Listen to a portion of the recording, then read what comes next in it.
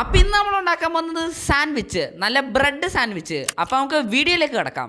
അതിനായിട്ട് നമുക്കൊരു ബൗളിനകത്തോട്ട് chicken piece ഇട്ട് കൊടുക്കാം. എടുക്കേണ്ട പീസ് ഏതാണെന്ന് അറിയാലോ, ബോൺലെസ് പീസ് ആയിരിക്കണം. അതുകൊണ്ട് ഞാനിവിടെ എടുത്തേക്കുന്നത് ബ്രസ്റ്റ് പീസാണ്. നിങ്ങളും ബ്രസ്റ്റ് പീസ് എടുക്കുക. പിന്നെ നമുക്ക് ഉപ്പിട്ട് കൊടുക്കാം. ഉപ്പ് കുറച്ചിട്ടാൽ മതി, കൂടുവാണെങ്കിൽ. പിന്നെ നമുക്ക് കുരുമുളക് പൊടി ഇട്ട് കൊടുക്കാം. കുറച്ചിട്ടാൽ മതി, കൂടുതലിടുവാണെങ്കിൽ എന്തോ പറ്റുന്നതെന്ന് അറിയാലോ. ഈ രണ്ട് സാധനം മാത്രം മതി. ഇനി നമുക്ക് മിക്സ് ചെയ്തിട്ട് വറക്കാം.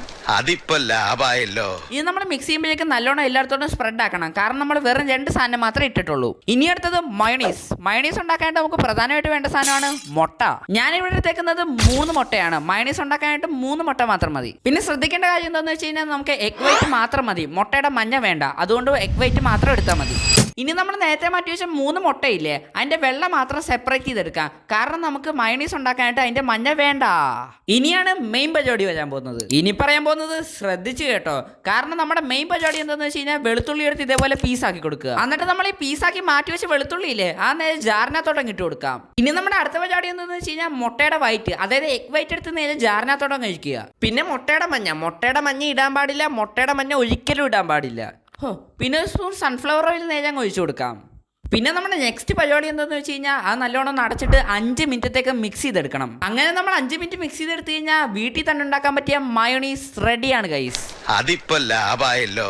പിന്നെ നമ്മൾ ഉണ്ടാക്കിയ മയോണീസ് നേരെടുത്ത് ജാറിൽ നിന്ന് ബൗളിനകത്തോട്ട് അങ്ങ് ഒഴിച്ചു കൊടുക്കാം. പിന്നെ വീട്ടിലുണ്ടാക്കിയ മയോണീസ് ആയതുകൊണ്ട് പ്രിസർവേറ്റീവ്സ് കാണത്തില്ല, ഇല്ല. പിന്നെ നമ്മൾ മിക്സിയുടെ ജാർ എടുക്കുക. എന്നിട്ട് അതിൻ്റെ അകത്തോട്ട് നേരത്തെ നമ്മൾ വറുത്ത് മാറ്റി വെച്ച ചിക്കൻ പീസെല്ലാം ഇട്ട് കൊടുക്കാം. കാരണം നമുക്ക് മിക്സ് ചെയ്ത് കിട്ടുന്ന ചിക്കൻ പീസാണ് സാൻഡ്വിച്ചിനകത്ത് ഫില്ലിങ്സ് ആയിട്ട് വെക്കുന്നത്. അതുകൊണ്ട് നല്ലോണം ചിക്കൻ ഒന്ന് മിക്സ് ചെയ്തെടുക്കാം.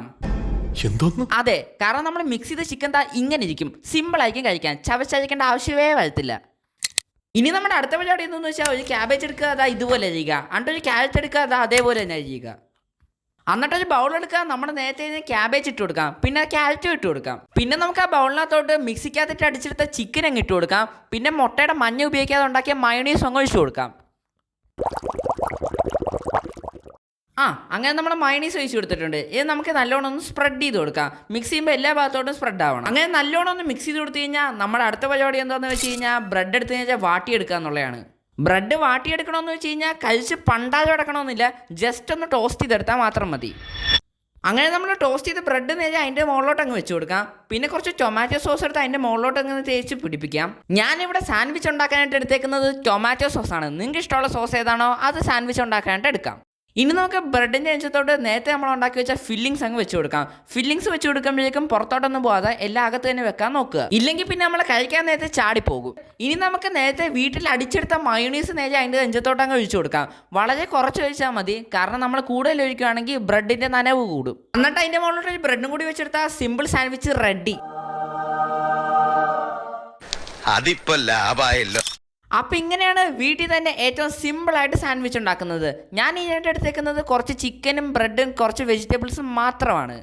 ഞാൻ പിന്നെ വീട്ടിൽ കുറച്ച് മയോണീസ് ഉണ്ടാക്കിയെന്നേ ഉള്ളൂ. നിങ്ങൾക്ക് വേണ്ട കടയിലെ മയോണീസ് ഉപയോഗിക്കാവുന്നതാണ്. അപ്പം ഇങ്ങനെയാണ് ഏറ്റവും സിമ്പിളായിട്ട് സാൻഡ്വിച്ച് ഉണ്ടാക്കുന്നത്. ഇനിയിപ്പോൾ നമ്മുടെ സാൻഡ്വിച്ച് എങ്ങനെയുണ്ടെന്ന് കഴിച്ചു നോക്കാം.